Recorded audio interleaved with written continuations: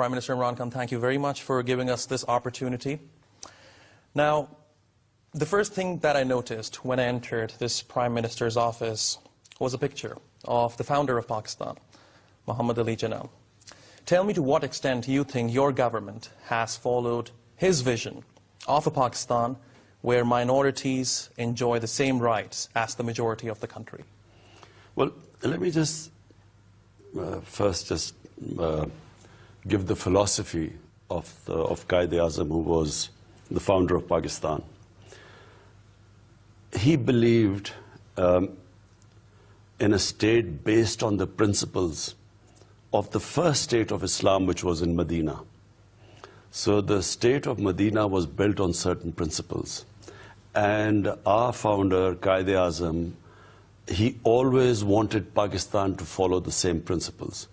So what were the principles? Number one, justice, rule of law. Number two, a humane state, a welfare state. Number three, a state that laid emphasis on education and research so that it could move forward. The reason we were left behind by the Western civilization, because the Muslim world stopped the emphasis on education and science.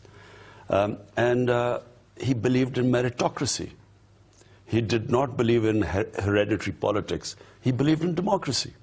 So these were the principles which our leader derived these principles from the first state of Medina, the Muslim state, formed in Medina by a holy prophet, sallallahu alaihi wasallam. And so in that state, in the state of Medina, the minorities were equal citizens. They were, and no one could be forced into religion or out of religion. Okay, so what is your government doing to ensure that minorities in Pakistan get equal rights? There was a gruesome attack on the Hazara minority in Pakistan about a few days ago. In fact, the family members of the victims are still protesting. They have pledged not to bury the bodies of those who died until you meet them and until the culprits are brought to justice. It's a very unfortunate incident. It stems from the legacy of the 1980s, when the Afghan Jihad started in early 80s, and when Pakistan participated in the Jihad. One of the worst outcomes of the Jihad was sectarianism in Pakistan. And not just sectarianism, but militant sectarianism. And so this is, we have been lumbered with this legacy. We had these militant sectarian groups, and the Hazara Shia community in Balochistan was targeted by these extremist sectarian groups, Sunni extremist group. It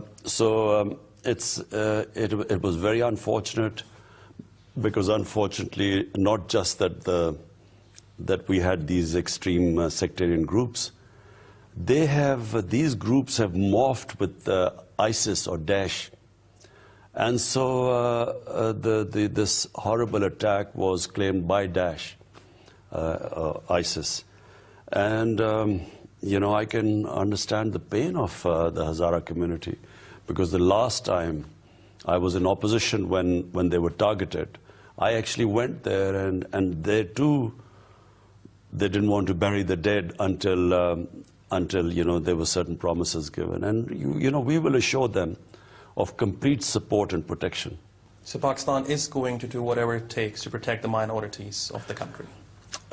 We believe that minorities in Pakistan are equal citizens, and the job of the state is to protect them. We had another terrible incident when one religious political party targeted a mandir, a worship place of the Hindus in Karak.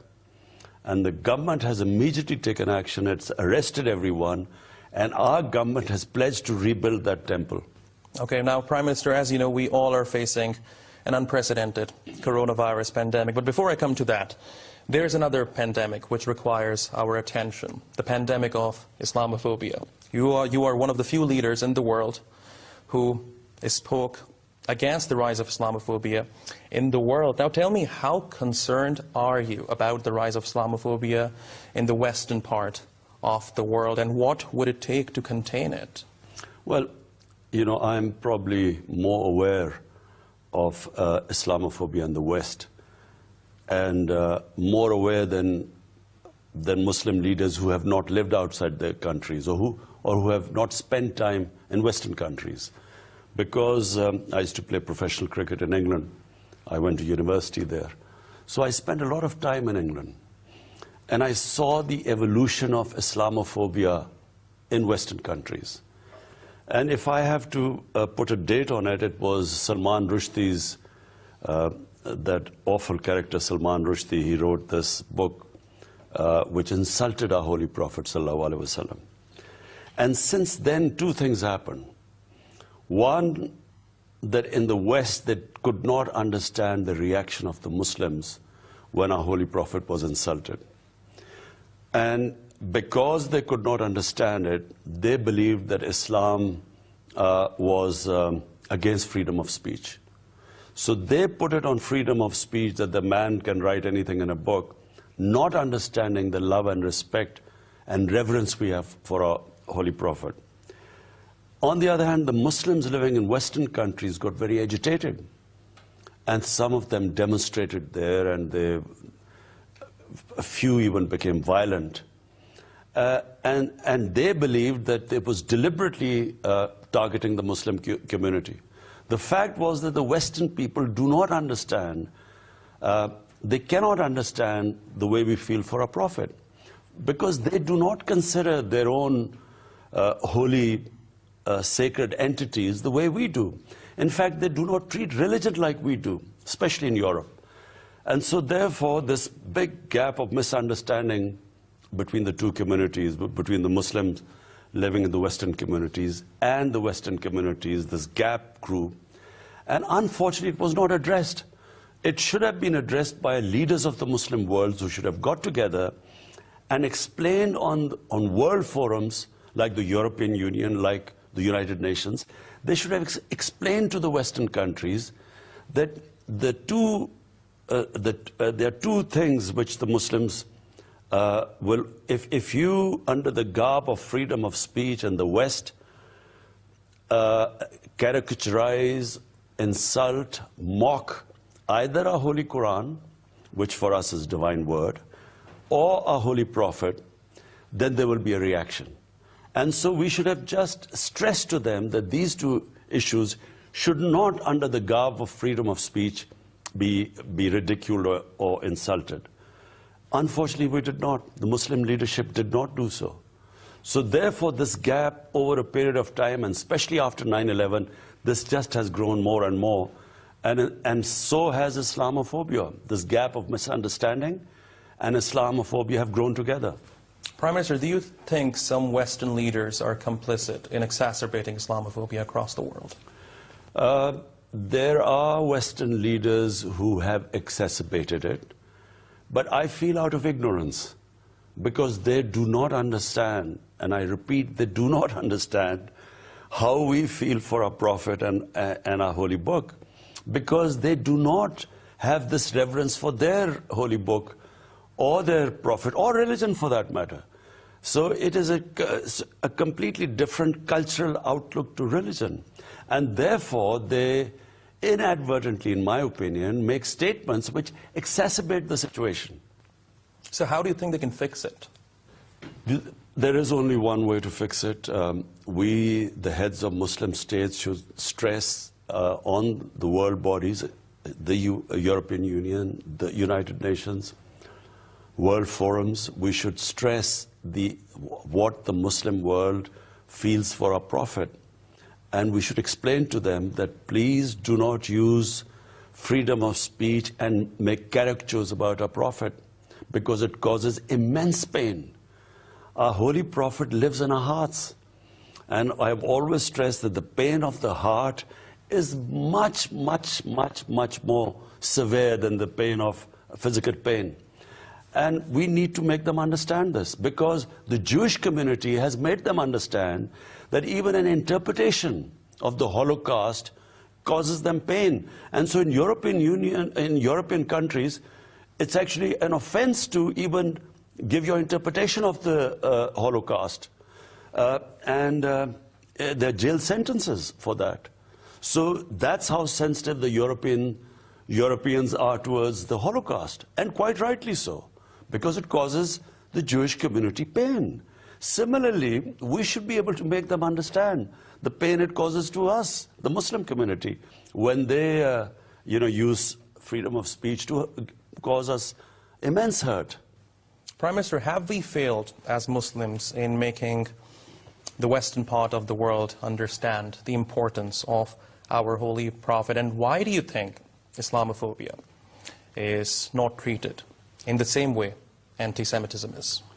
I think because most of the Muslim leadership does not understand Western culture. They look upon Western culture from outside. The reason why I understand it, because I actually lived there and spent a lot of time there. In fact, I had family there. So I understand them much better than the others.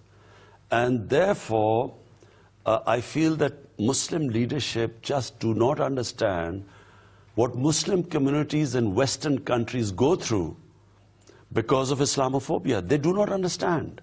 And so therefore, they have never tackled this issue. Whereas the Jewish community, on the other hand, I mean, they are so cohesive, united, when it comes to any cause that hurts them. And so therefore you see the sensitivity in the Western media, in the Western countries, towards an issue like Holocaust. Now, Prime Minister, let's broaden the discussion. Certainly after this pandemic is over, there will be a new world order. How do you think Muslim countries can find their place in the new order? It's a very broad-based, difficult question to answer because there are various aspects to it. Let me just say one thing. What the pandemic has done is that it has caused a huge amount of poverty in the world.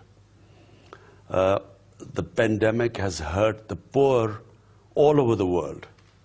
It has hurt the poor countries more than the richer countries.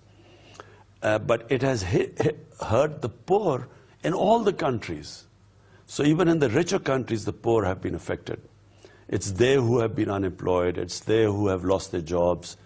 Small businesses, the service sector has been hit all over the world.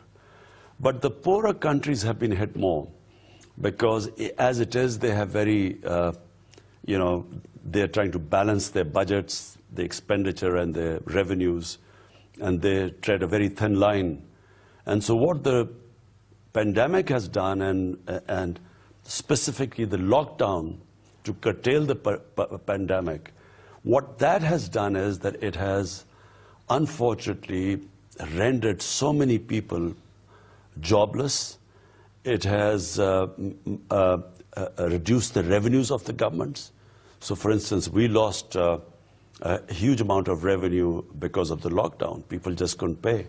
And then to give stimulus package and help those parts of the economy that were suffering, it meant huge deficits for us. And, when you have deficits, you have problems. Richer countries like America, I'll give you an example. The United States, they have already given a stimulus package of $2,000 billion. And they have just given about to give another stimulus, to add to that, another $800 billion. US has a population of 330 million people. Pakistan has a population of 220 million people. The total amount of stimulus we have been able to give is $8 billion. So $2.8 trillion and $8 billion. That's the difference between the resources of the rich and the poor countries. So clearly we cannot protect most parts of the economy. We cannot protect most sections of our population from the worst effects of the pandemic, the lockdowns. And I think it's the case everywhere. There are countries which relied on tourism. Their tourism have been wiped out. Sri Lanka, for one, I was speaking to the Prime Minister. Then in Egypt, their tourism has affected. So that's a big part of their economy, the income coming from tourism. Then hotels had to be closed. You know, in our case, we had these marriage halls, restaurants, and in our northern areas, the mountain areas, the whole economy used to depend on tourism from within the country. But because of pandemic, people couldn't go there, and so it's caused a lot of poverty in the world. So, Prime Minister, I have a few more questions on the COVID-19 pandemic, but first I need to address another critical issue with regards to Islamophobia and one particular country, India. Now, Prime Minister, Modi government's policies in Kashmir and Islamophobia has almost become synonymous. More than 500 days, innocent Kashmiris in Indian-occupied Kashmir are living under a siege. We all have faced COVID-19 lockdowns, and it has already made all of us so frustrated for a few weeks. And these people have been facing a lockdown, a siege, for more than 500 days. Yes, the Pakistani government has raised its voice on many platforms across the world, but has there been any progress on the ground? Just before we go to India, which is a unique case, the other country that is not handling Islamophobia very well is France. I just want to talk about France because, you know, the Islamophobia in France is different to what is happening in India. In France,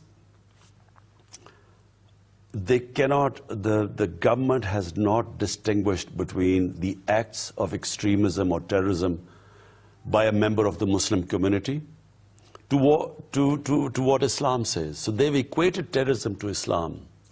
So they talk about radical Islam and they talk about Islamic terrorism. This is going to have long-term consequences. It's already having consequences in France. But the way they are going, the long-term consequences are much worse. Why? When you say something like Islamic radicalism or Islamic terrorism, basically the entire Muslim community comes under suspicion. Because how do you distinguish, if I am a man in France, how can I distinguish what is a radical Muslim and what is supposedly a moderate Muslim? So anyone going to a mosque for me then becomes a radical. A woman wearing a hijab becomes radical. So it is a big disservice they have done to their own Muslim community living in France by making this false definition. You see, there is only one Islam. There is only one Islam, and that is of the Prophet Muhammad sallallahu alaihi wasallam. In Muslim communities, like in all human communities, they are moderates. On one, they are extreme, they will be extremists, and the other side, they'll be liberals. Every human community is divided like that. But when a white man walks into a mosque in New Zealand and kills 50 people, no one says it's Christian terrorism. Yes. So because he belongs to the Christian community, but no one calls it that.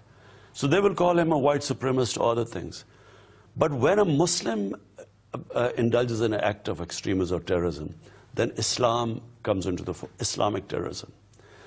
And as I say, what happens in France is every time an act like that happens, an act of a Muslim terrorism, rather than understanding the reason, and I've already explained, the reason is that Muslims, whenever you make a caricature of the Holy Prophet sallallahu alaihi wasallam or insult him, it hurts them. And when it hurts them, there will be sections of the population which will react. And so when they react, rather than understanding that, look, like the Jewish community, they should be more sensitive to, not use freedom of speech to insult or mock our prophet, they then stick to the word that this is attack on France's culture. And then they clamp down on mosques and Muslim communities, who then become ghettoized and actually get more radicalized. And so you've got a vicious circle going in France now. An act will take place. They will then clamp down on, the police will clamp down on the Muslims, looking for these radical Muslims. So the entire Muslim community will have a sense of siege. And amongst them will then grow further radicals. Because marginalization creates radicalization. Now what is happening in India Prime Minister, before you move to India, have you conveyed these thoughts to President Macron?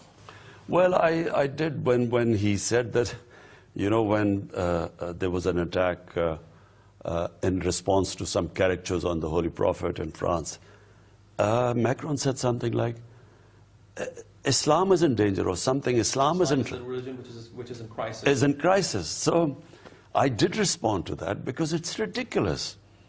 As I repeat, does that mean if Christian fanatics or someone, white supremacist, does something and they do in the United States and Europe, does that mean that the whole, their whole countries are in crisis? So it's ridiculous. And so I responded to that. Okay. Because I think they do not understand, and by not understanding the dynamics of what is going on, they're actually perpetuating, they're actually exacerbating the whole Islamophobia and the response. Right. Now, Prime Minister, talking about India. You see, India, look, what has happened in India is people need to understand. The current government in India is RSS government. RSS government means that RSS was this political party which originated in India in 1920s. But they were inspired by the Nazi party in Germany. And the founding fathers of RSS openly admired Hitler.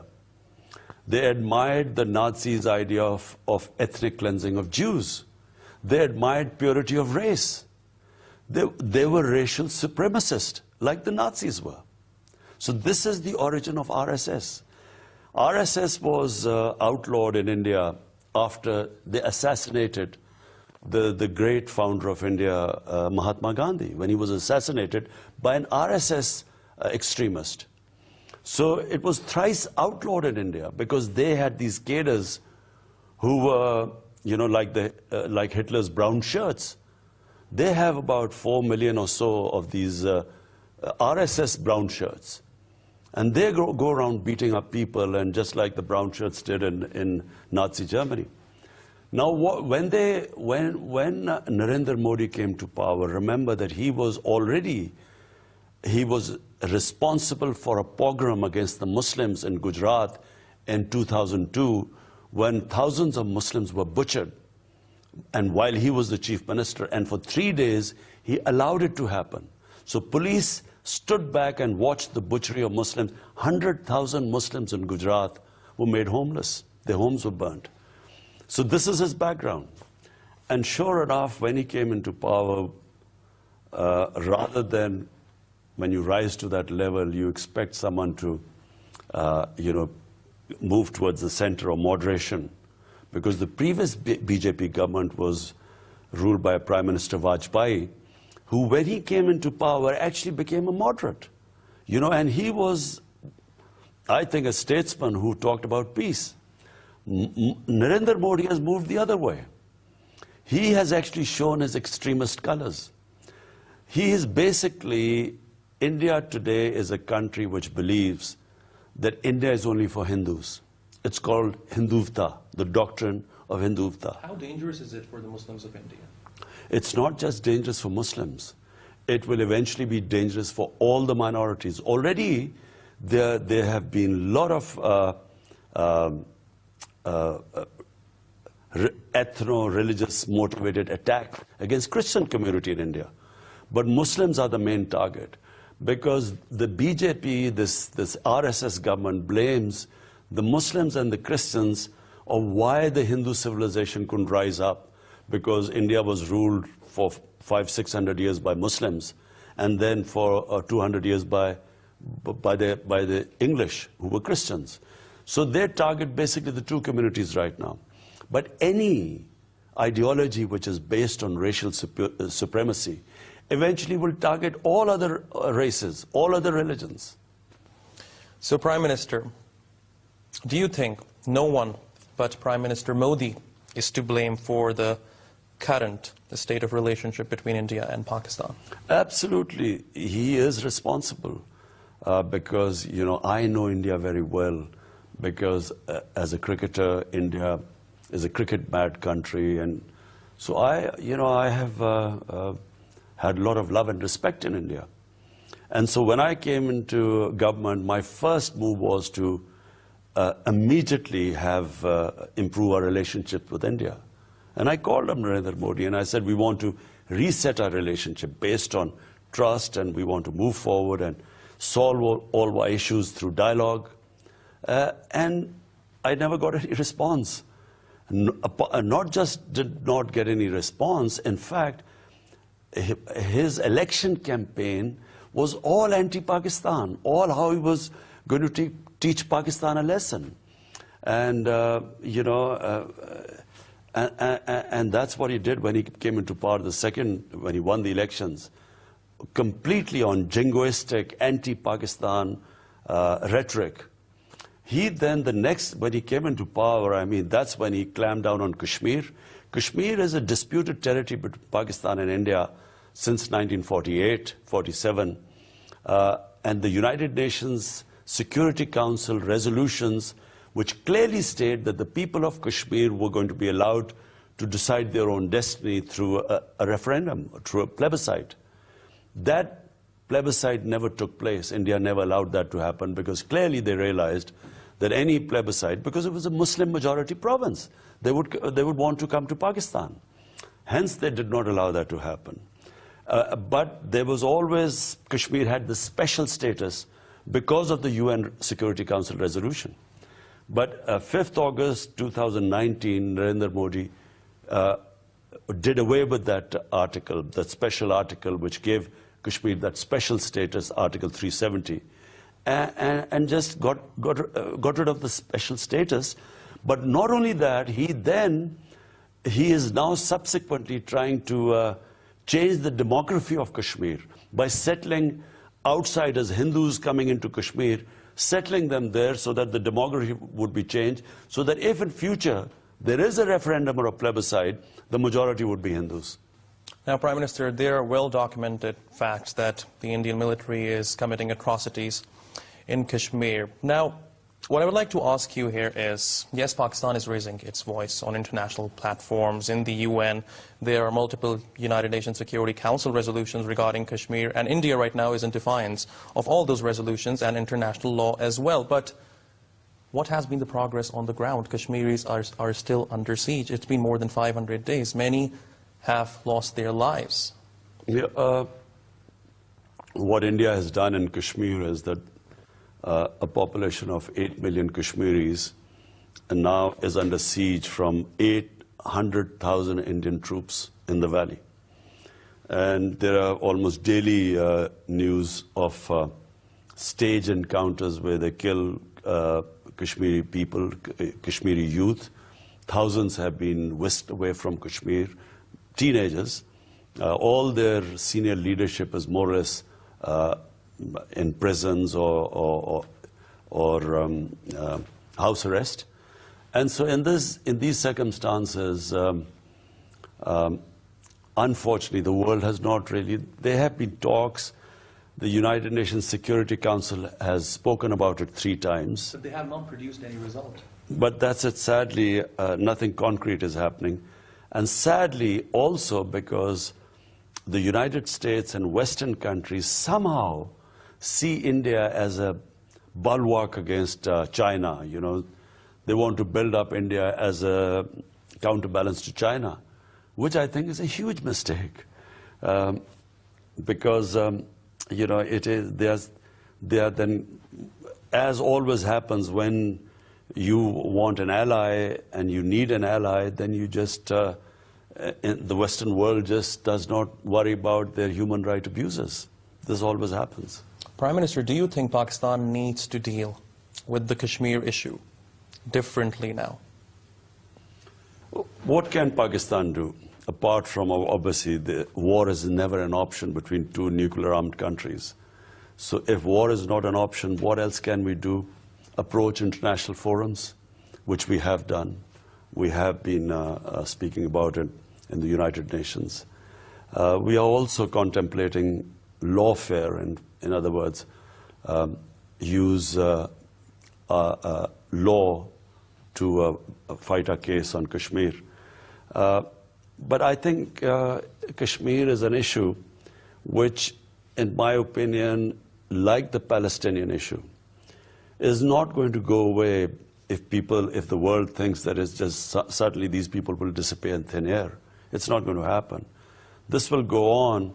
And in my opinion, by Narendra Modi taking this extreme step, which he has done, by depriving them of their special status, he's basically pushed Kashmir to a point where there are hardly any pro-Indian Kashmiris left.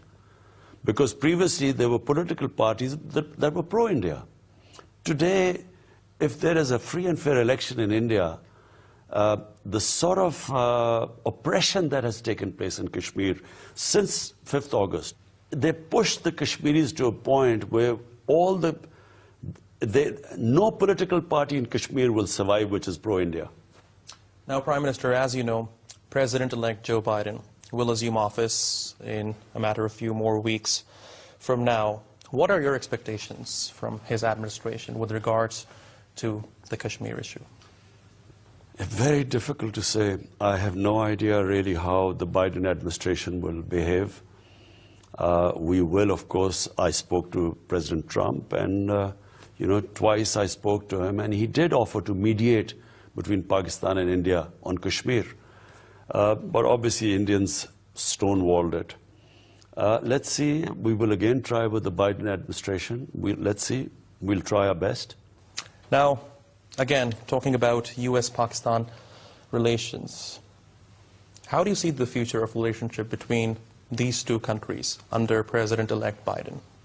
Again, difficult to predict what will happen, but what I can say is that we want the US to be even-handed between Pakistan and India. That's all we want. What we do not want is what is happening right now, where India is supposed to be this big ally of the Western countries against China. And I don't understand why there has to be this rivalry with China to a point where you need to have allies so that they counterbalance China.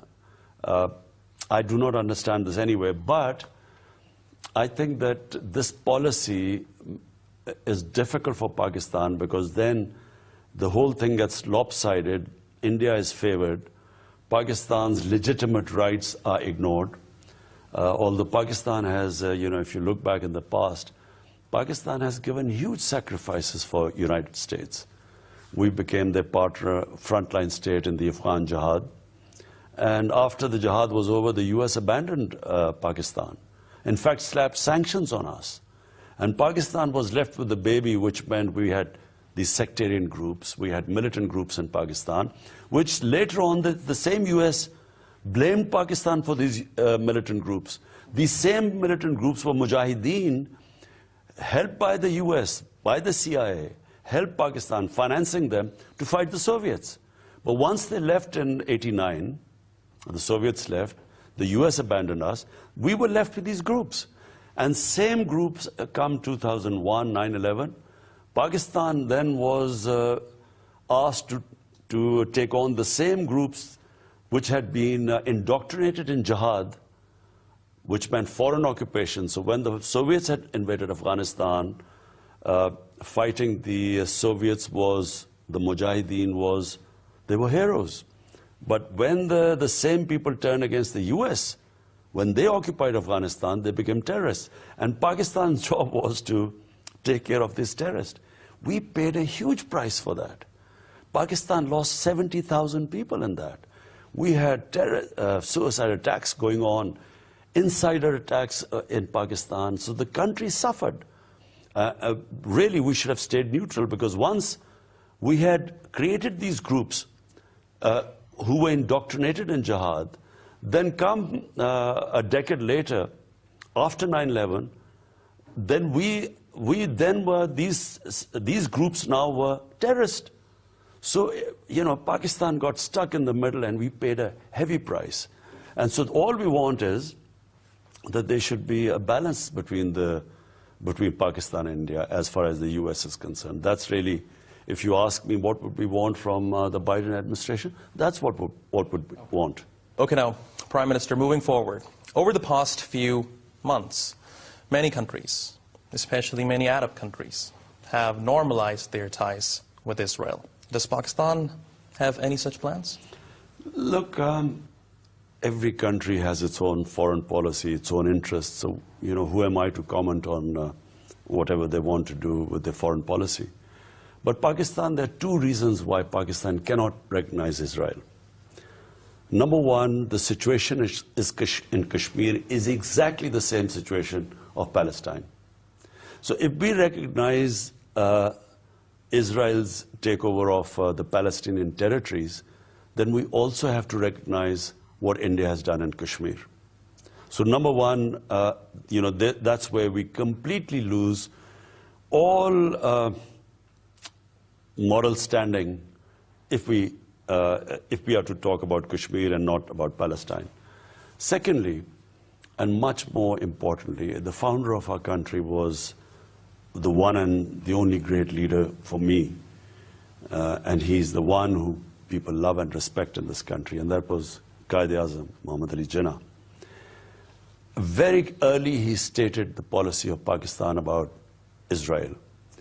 And that policy is simple, that unless the injustice done to the people of Palestine is removed, unless the people of Palestine are given their just settlement in a homeland, we cannot recognize Israel. So this is really Pakistan's stated policy. Prime Minister, do you think this whole topic of normalizing ties with Israel has damaged Pakistan's relationship with some Arab countries? No, as far as I know, it hasn't, because no one has put any pressure on me, and no one can put any pressure on me, because Pakistan is a democratic country. And if you do a referendum in Pakistan, you will know where the people of Pakistan stand.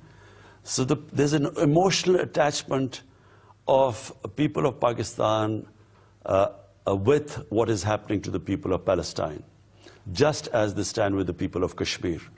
So this emotional attachment with their cause means that anyone in this country who's a democratic leader, if he decides to recognize Israel, he would be going against the will of the people of this country.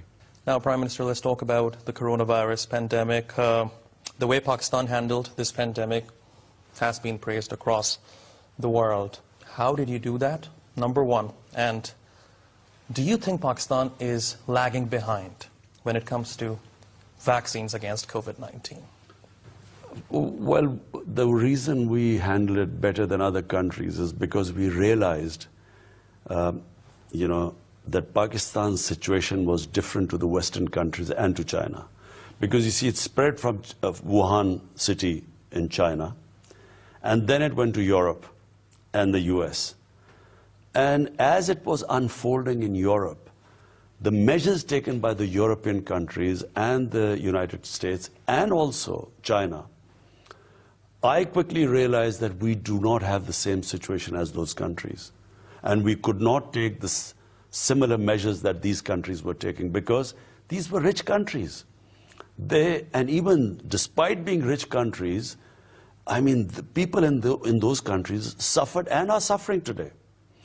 But in our country, if I impose the sort of lockdown, which, for instance, is right now imposed in England, or in certain European countries right now, or say in California in the United States, we have a large part of a workforce, almost 80%, which is in the informal economy.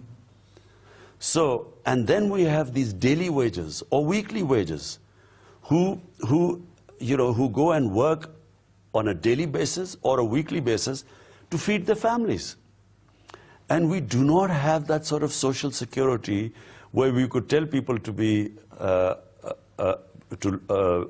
lock down in your houses, and then be able to give them money or provide them food. Unfortunately, we do not have the situation, at least right now. So therefore, I took this decision of a smart lockdown. We then had quickly formed a control and command room, and we started gathering data of where were the hotspots, where this virus was spreading. And we then concentrated on those hotspots, and we used to lock them down. So we did not, for 2 weeks we locked down the whole country because the provinces, everyone sort of panicked, and sort of the provinces started locking down, especially the province of Sindh, where they really suffered because he completely locked down his province. And I couldn't do anything because he comes from the opposition party, the chief minister there. But after 2 weeks, I insisted on them opening up our economy. And starting with agriculture, we knew that if the supply lines from our agriculture sector, if they were disturbed, people would be starving in the cities. So we opened up all the supply lines, did not affect agriculture sector, and then opened up construction very quickly. And construction is what employs most people in the cities. So those two moves really helped us from going through what other countries, like for instance India, what it is going through right now. We saved our people from crushing poverty by actually taking this decision of a partial lockdown. And actually it became more successful, because when you lock down a whole country where there is a high level of poverty, you cannot impose that lockdown. It's not sustainable, because you cannot lock down hungry people. So that's what happened in India. They tried to lock down hungry people, and there was no lockdown. So in India took a huge battering. I mean, we hardly, we were very lucky. We did not lose that many people compared to all our neighbors. And what about a vaccine against COVID-19? Well, we are in touch with the Chinese, and we hope to start vaccinating. Obviously we cannot afford 220 million people, but the vulnerable sectors of our society we hope to vaccinate first, which is our doctors and nurses, the frontline workers in the health sector, and then over 60 people. Will you take a vaccine against COVID-19? Well, I'll wait for others to take it first. Okay. Now, Prime Minister, let's talk about the relationship between Turkey and Pakistan. Certainly these two countries are not neighbors, they don't share a border, but they are neighbors by heart. But which areas of cooperation between these two countries can be improved under your leadership and under President Erdogan's? Well, let me say, there's a historical background to relationship between Pakistan and Turkey. And the historical background is that Turks ruled what is now the whole of Pakistan and India. They ruled that for almost 600-700 years, 600 years. And, so Urdu, the language which is spoken in our national language, is littered with Turkish words, because it was, the Turks were really in power here, and the court language Urdu was influenced by Turkish. So, and then there was this one peculiar instance when the Khilafat movement started in Pakistan, when Turkey was being attacked by European forces and it was fighting for its survival. Then people in what is now Pakistan gathered a lot of money and tried to, raise funds for Turkey to fight for its independence in the 20s or early 1920s. So there is a historical linkage between the two countries. But my relationship with Prime Minister Erdogan is based on common values. We believe, both of us believe in this awful that we should do something about Islamophobia. We can never forget the support and help which Turkey has given us in Kashmir, because sadly most of the Muslim countries did not come forward, but Turkey and Malaysia under Mahathir Mohamad really went on a limb to support us after 5th August 2019, when India had sent its, laid siege on the Valley of Kashmir. So, so our relationship is based on common values and, of course, our historic connections with Turkey. And then, future trade prospects. Pakistan is a country of 220 million people. And, the moment we get ourselves organized, this country has great potential of growing. So trade is one of the things which we hope to increase with Turkey. Now, Prime Minister, you have praised President Erdogan's stance on the Kashmir issue and the causes that Pakistan and Turkey share. How do you find him as a leader? I think, in my opinion, after Mahathir Mohamad, who I used to, because they transformed their societies. Mahathir Mohamad transformed Malaysia. I believe their per capita was about $600 when Mahathir Mohamad took over, and when he left, it was $9,000. So the hallmark of a statesman is that he transforms a society. And that's what President Erdogan has done. Because we know the state of Turkey, very similar to our state right now, when he took over. And, Turkey has become a formidable country since then. Every country goes through cycles. It has to happen. But, on the whole, if you look at the trajectory of Turkey since President Erdogan took over, Turkey has just become a force. Now, Prime Minister Khan, my last question to you. As a dog dad myself, how are your dogs?